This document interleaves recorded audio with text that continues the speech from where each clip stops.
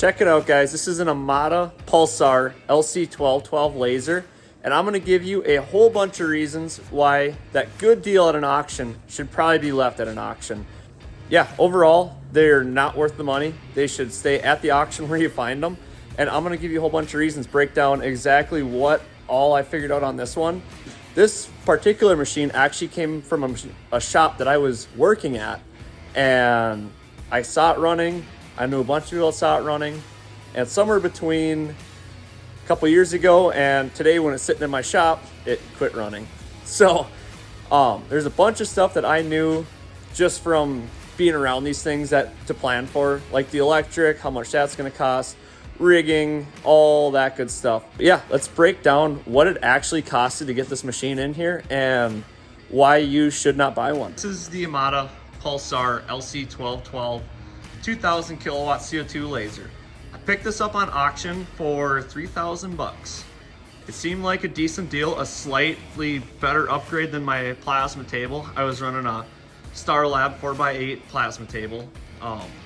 It kind of came up, I've been kind of eyeballing lasers for a while, and came up for sale, thought it was a decent idea, figured I'd at least give it a try.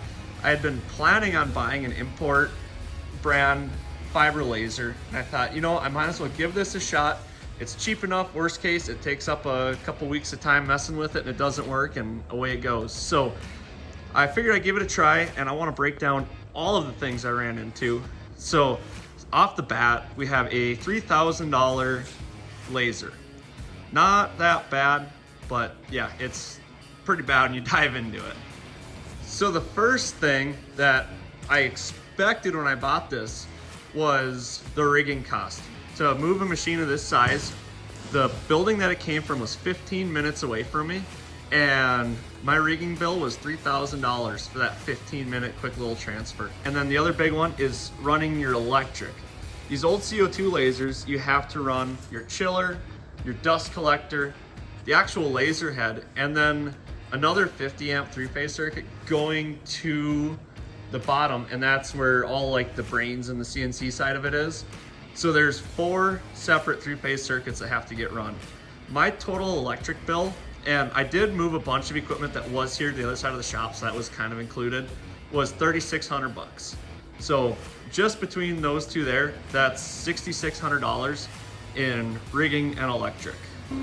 So one of the cool things about these ancient machines is they come with ancient control panels. Nobody I know actually knows how to run one of these. This particular laser, the problem I'm having is the laser ready light never stopped blinking to get to a solid green light, and then it would never actually build enough beam power to get to the high voltage. So we were never able to get an actual beam powered up enough to do a test cut before buying the software. That was one thing I wanted to check, because the software to run this machine, Radan by Hexagon offers a nesting software, but that software costs $12,000 for a lifetime license, and the best price you could possibly do to keep your upfront costs down is a $5,500 annual charge. So after 2 years, it makes sense just to buy the lifetime. The other really cool part about a CO2 laser that makes it totally not worth owning is the laser mix gas.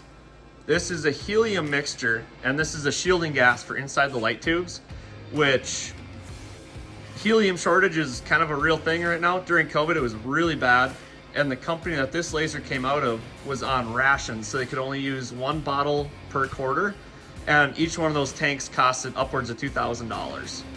Yeah, so that's another big cost. My initial price on gas just to get the 3 tanks, not including leasing, because my rep for my gas company was nice enough just to bring the tanks over to see if this laser worked, but I had to pay for the gas, which ended up being $485 for those 3 tanks. One of the last important things is air. I bought this screw drive compressor and a nice commercial dryer a couple years ago. I never ended up hooking them up because I had another air compressor. I kind of saved these as a backup, but that's still a $3,500 combination that I picked up used on Marketplace. So if it was, if that was something you had to buy when you bought the laser, you could plan on another I would say $3,000 to $5,000 to get a decent air compressor set up. It all starts to add up really, really fast on a machine that there's no guarantees is gonna run. The last and probably the most important part of buying a machine like this is service. Parts, service, where you're gonna get the stuff, who's gonna come out and answer your question. If you have a brand new machine, I'm sure you get way better support, but nobody wants to waste time and answer a billion questions on an old piece of equipment that they're just not gonna make a whole bunch of money on. So hopefully this helps. If you've been looking at buying an old laser, just don't save the money, spend the money on something better.